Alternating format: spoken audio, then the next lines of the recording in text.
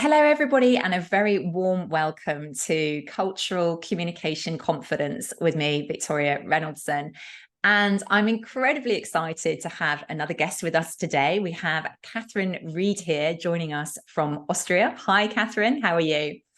Hi, Victoria. Thank you for inviting me. I'm very happy to Absolutely. be here today. Well, I'm really, really excited to have this conversation because I think we've been connected on LinkedIn for a couple of years now. But we finally had a virtual conversation about a month ago. And I just loved what you do. And I found it very fascinating about this idea of you helping people to launch into Asia with their food and drink companies. And I would love to start with, actually, I'm going to kind of go right back to the beginning. Why would somebody work with a distributor? Why is that important if they're considering expanding into new regions? I think at the end of the day, or in the past, many people, they used to consider that if they were expanding into a new region, that they had to found a company there, that they had to open their own office. And realistically speaking, for most companies, up to, let's say, several million or even a lot of million, it's usually more cost effective to work with a distribution partner because the distributor has already those relationships in the market. They already have other products in their range, probably, that they can use to help open the doors for your brand. And they know the way to really do business. And it's just a way for you to have a cost effective door opener effectively, and Mm. somebody who can also give you some straight talking advice, somebody who's on your side, because you are trying together, you're a team, aren't you, to grow the business, because both of you have the same aim. And so if you have a good distribution partner who really is a partner, they can be seen as part of your extended sales team. They shouldn't be seen as your customer, but the customer are the people who at the end of the day are going to eat the product or who are going to buy it off the shelf. I I love that think that's idea. important to remember for a lot of companies. I The think that's distribution, really helpful, isn't that idea of partnership, isn't it? yes, definitely. And I think that that is also a key to knowing how to manage your distribution partner, because you do have to work together with them as a partner, but you Mm, also have to manage them as part of your team if you want to be yes. successful. So what are the biggest challenges for, food and drink companies that you work with who are looking to do this expansion? I think on the one hand, you've got all of the regulatory issues, because you might need to change your recipes in order for them to be suitable for Asian taste, or even for them to be legal to be imported into the Asian market. So all of that kind of how to change the product and the labels and how to get the product registered, that's usually the one that companies think of themselves, or that companies realize they have a problem with. But I think that at the end of the day, often the biggest challenge is to find the right partner in the market who understands their brand values and is capable of doing a great job with the sales. I get that. And I can imagine that brands that have been successful, for example, whether it's in Europe or in the US, who are trying to expand, might also need to think about how they're communicating their brand in different ways. I mean, there's a cultural element to this, right? For sure. And you don't just have a cultural element, of course. If you go into markets like China or South Korea, you're also starting to communicate on a different range of platforms. And even if you're talking about Southeast Asia, where all of the platforms might be the same, the actual platform that is the weighting of that platform is potentially quite different, or the way that you communicate with people is quite different because of the cultural issues. You've got different festivals, you've got different topics that people are concerned about. And whilst generally most, let's say most consumers, especially in the food and beverage space, they have similar interests, the way that they want to be spoken to or the imagery that speaks to them is going to be quite different according to where they are in the world. And I love that. I'm really fascinated about that. As somebody myself who worked in the food and drink industry, in marketing, I'm curious, do you have an example of how a brand had to adapt when they kind of launched into a new market, just to kind of give it a bit more flavor for us? I mean, I can't think of an example where I want to name a name right now. Yes, Um, understand. but I would say that generally, for example, if you have a lot of Facebook and Instagram posts for your company page that you're using in Europe, or videos, for example, then what you would find that is that if you're working in an Asian environment, then you need a lot more content, Mm-hmm. especially if you're working in China. China is like a content eating machine, the whole marketing thing. So you need, I would say, double the touch points if Mm-hmm. you're working in China, for example, with a consumer, than what you would on average need in Europe. And so you need to produce a lot more content. You can work with a lot of user generated content, and it's often a problem between what corporate head office would see as being the brand image Mm-hmm. and what the local teams would say, well, this is what would work here on the ground. And I think that that is where there's often a lot of friction, Mm. because what works in Germany or what works in Scandinavia is probably something which is maybe not so emotional or not so playful. Mm-hmm. Whereas in Asia, for example, often advertising is a lot more playful, it's a lot more interactive, Mm. um, it's a lot busier, you know. In Europe, we're used to having these very clean lines, very minimalist approach, and in Asia, it's not always like that for every brand. That is fascinating. So that's a real approach in terms of how to communicate with consumers, the end consumer. And I can imagine there must be sometimes some quite tricky conversations that you need to have as a partner, a distribution partner, to say, look, this just isn't going to work in this market. How do you handle that from a communication point of view? Because that must be quite challenging sometimes to be, giving that, insight. That's what you're being paid for, your expertise. But at the same time, it's not an easy message to land, right? Exactly. It's really like, it's like walking along, it's a really fine balancing act of walking along. It's like walking on a slack line, I guess, because Mm, on the one hand, you have to take on board, or the distribution partner has to communicate what they feel is the right way to communicate in the market. On the other hand, the brand already has a certain set of preconceived ideas as to how they would like their products to be marketed. And so, if you are the sales manager, for example, of a brand, then you have literally this bridging function, and you spend really a lot of time going to and fro and discussing with all the stakeholders, all the parties involved, to try and reach a compromise that everybody can live with, that will be mm. successful, that will appeal to consumers, but on the other hand, still keeps head office happy. Yes. And that is a really delicate balancing act, right? I mean, it's not an easy one to manage. I mean, do you think you see any examples of companies or brands who do it really well, or perhaps the opposite, don't do it so well, and perhaps have had failures of launches that they've tried to do in markets? I mean, it's not in the food and beverage space, but I guess Dolce and Gabbana has had quite a few major boo-boos Mm, in China, where they've, let's say, they've used, you could probably call it cultural appropriation, or um, they've tried to localize their advertising in a way that has offended people. mm, And I think that that hasn't done them any favors.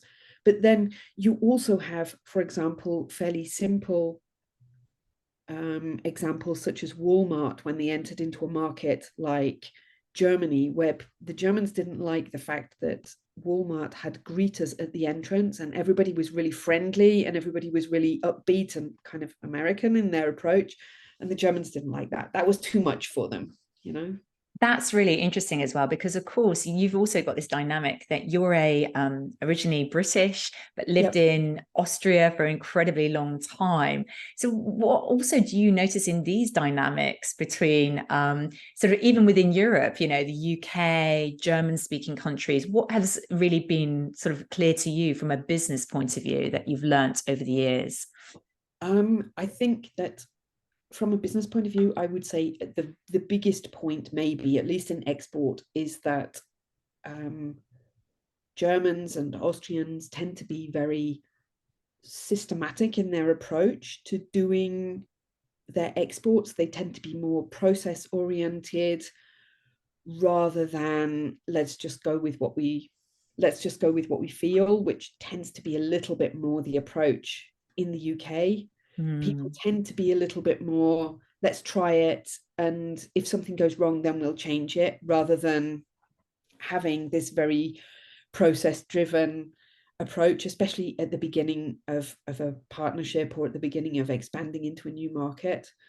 But I mean, it varies. I did a lot of work also in Eastern Europe, and you know, if you go into Southeastern Europe, like the further you go down the Balkan region, then people get more emotional. People are more inclined to get a little bit loud when they're doing business. Whereas if you're doing business with, for example, Estonia or with Finland, they tend to be quite stoic in their way of doing business. You know, it's quite, they don't show so much emotion. And this is so important, right? I mean, this is really critical for understanding how to approach the conversations, whether it's the opening conversation or whether you're kind of closing the deal. I can imagine this really matters about, I suppose, I mean, if I think about it from what I do in my world as well, decoding what's going on in the situation, understanding, are they really interested or are they not? You know, what do I need to say next to kind of get them, you know, on board, I can imagine. Exactly. And understanding that kind of unspoken subtext, I would say, is probably one of the most important parts of my job, and has Yes. been in the times also when I was employed. Because, for example, if you go to a traditional Asian partner, chances are you sit and you spend quite a lot of time drinking tea at the beginning of any meeting, which for German, it can leave them kind of sitting on nails. You know, they're like, let's get on with the real work. Let's get on with the real work. But if you don't spend that time working on the relationship at the beginning of a meeting, like rebuilding that foundation, then your discussions, where you might have tricky topics to go into, are going to be really tough. Whereas if you take, maybe it takes an hour, maybe it even takes 2 hours at the beginning of a 2-day visit, but once you've had that conversation, you've invested the time in that relationship, then you can have the hard discussions afterwards, and they often go much more quickly than if you just started at the beginning and dived deeply into, I don't know, your pricing issue or your argument about who's paying for what part of the marketing budget and so on. That's such a great advice. And I think, you know, this is where the work that I do in with cultural values, helping people understand these dynamics as well. But you've got the real insight and expertise from the sales process point of view. And I can imagine one of the most tricky parts of this is the actual negotiation when you get down to whether it's the pricing or which products are you really going to be listing. I mean, do you have any particular tips or thoughts for people who are listening, who might be in business, who are expanding in different regions, about how to approach these kind of negotiations to make sure that they're really getting the most from them?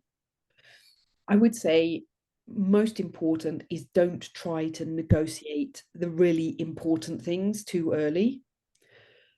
And to really make sure that you've done your homework. And I know that sounds like, well, that's a given. Everybody does their homework before a negotiation, but they don't, because people might do their homework in terms of, okay, what's the lowest price that I can offer, or what's my last offer as far as this process is concerned, what is negotiable. They might prepare the content of what they want to negotiate, but they seldom prepare the how. And they seldom really look into what is a typical negotiation like in this culture that I'm presently trying to break into. And if you can't decode what is going on with your partner, then you can end up in real trouble, because what your Kazakh partner says to you in that situation and what your Korean partner says to you are going to be quite different things from what a Mexican might say to you or what a Colombian might say to you. And you have to be able to interpret that if you're going to make progress on that negotiation. Fantastic. I love that. That actually it's not just the normal homework, it's the extra challenge exercise of really understanding who you're speaking to.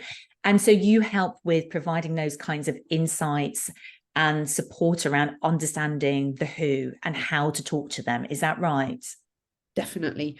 And I mean, of course, on top of that cultural dynamic, you've also got everybody's individual perspective as well, because of course nobody is the typical Brit or the typical Indian or the typical Ghanaian.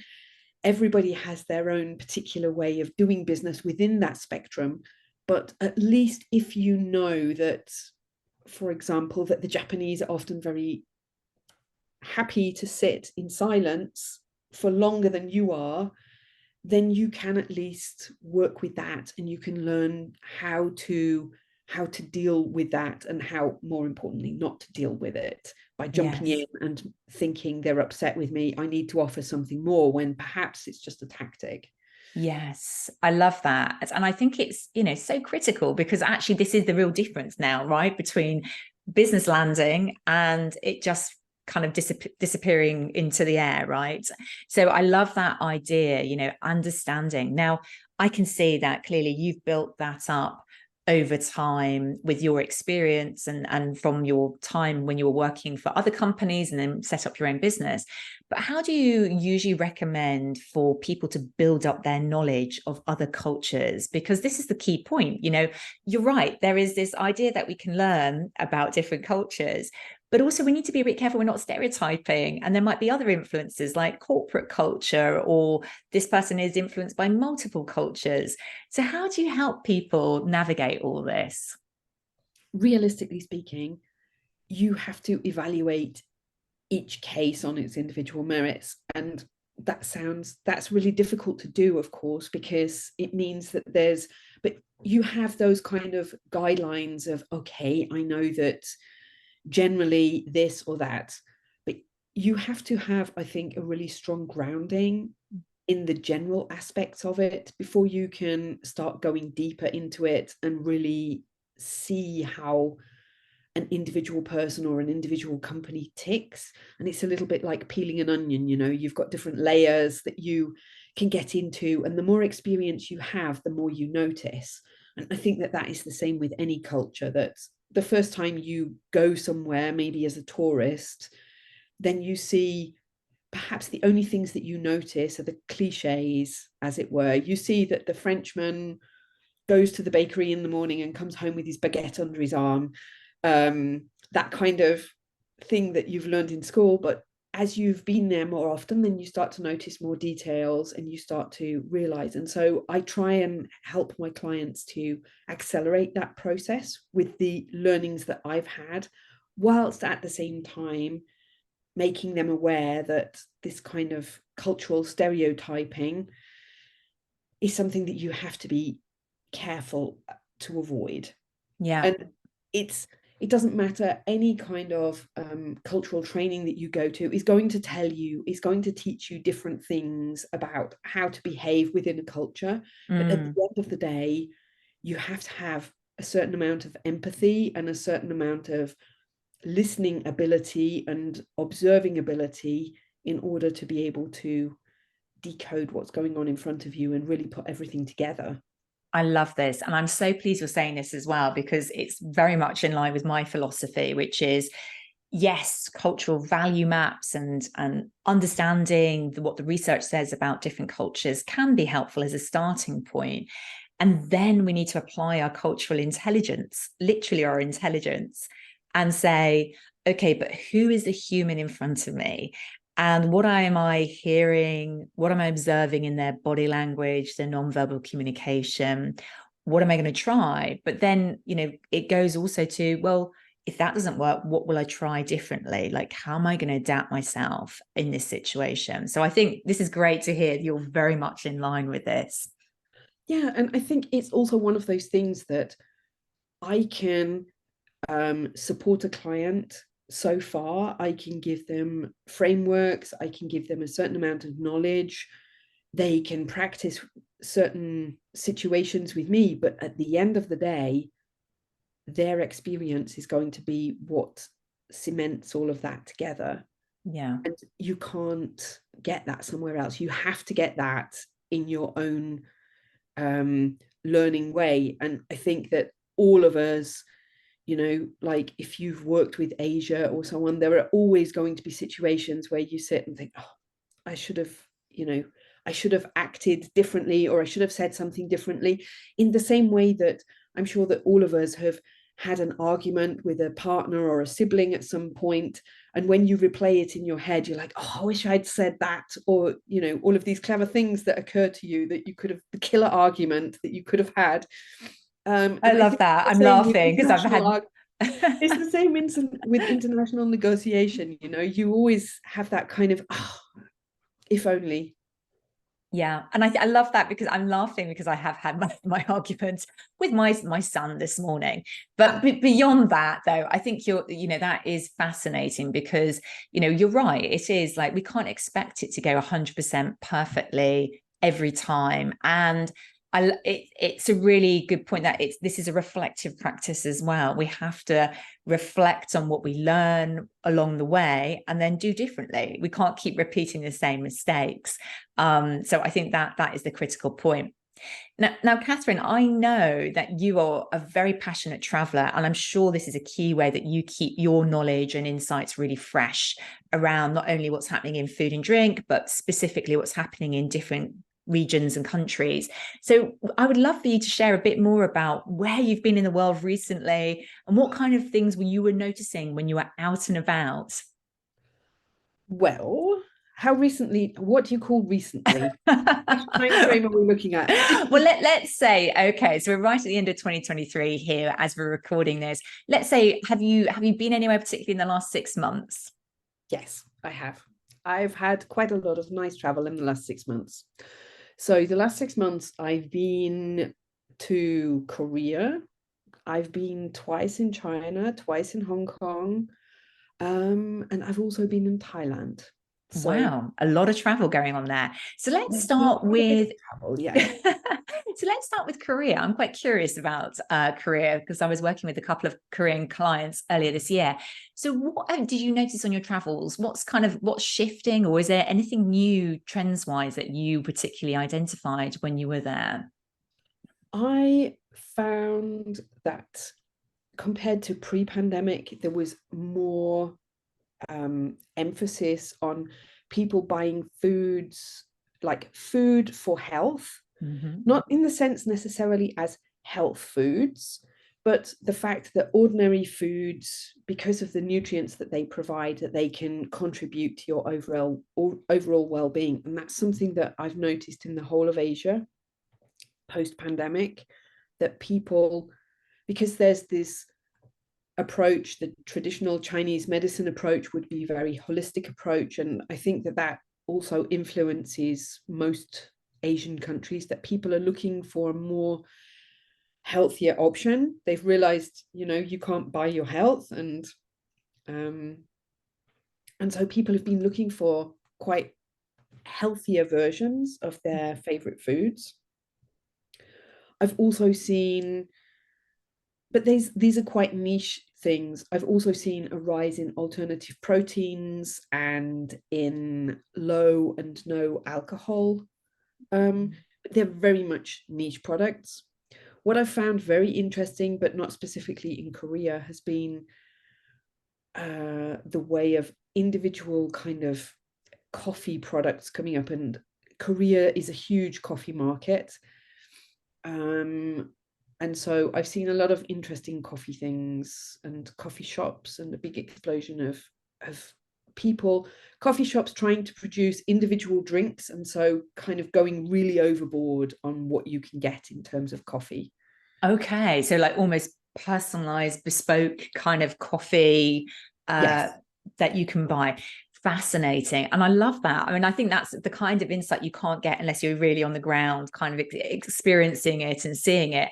Alternative proteins, dare I ask, is this kind of like insects and other things like this, or what comes into alternative protein?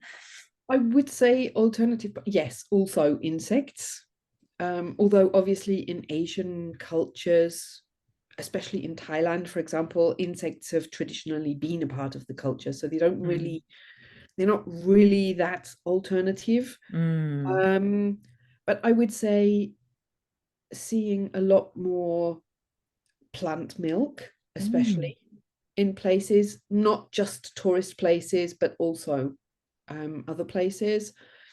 Um, a lot more. I mean, of course, tofu and seitan are both traditionally, they both originally originate in Asia. So, of mm, course, both of those. I mhm, think just generally a little bit more these kind of fake meat type mm, products.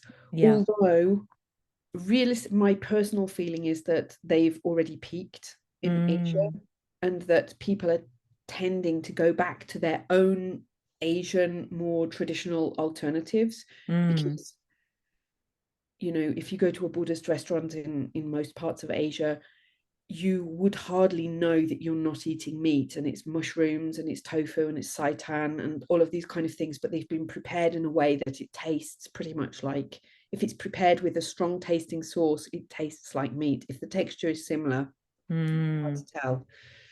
Very fascinating. Wow. So loads going on there.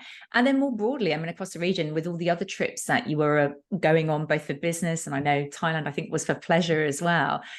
What sort of trends are you seeing that might be coming up for next year for 2024? um I'm not quite sure what I have yet as predictions for 2024.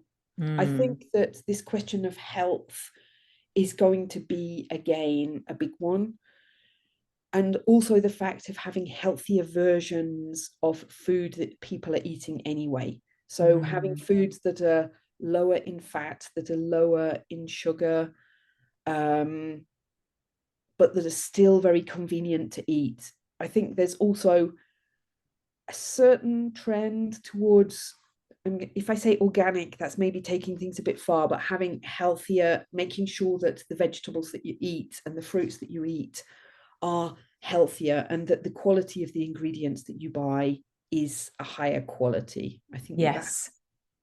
that's certainly a trend, because still people are still cooking a little bit more for themselves than they did pre-pandemic. Mm-hmm.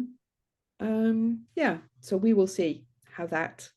Fantastic. I love that. And some good thoughts about what might be coming up.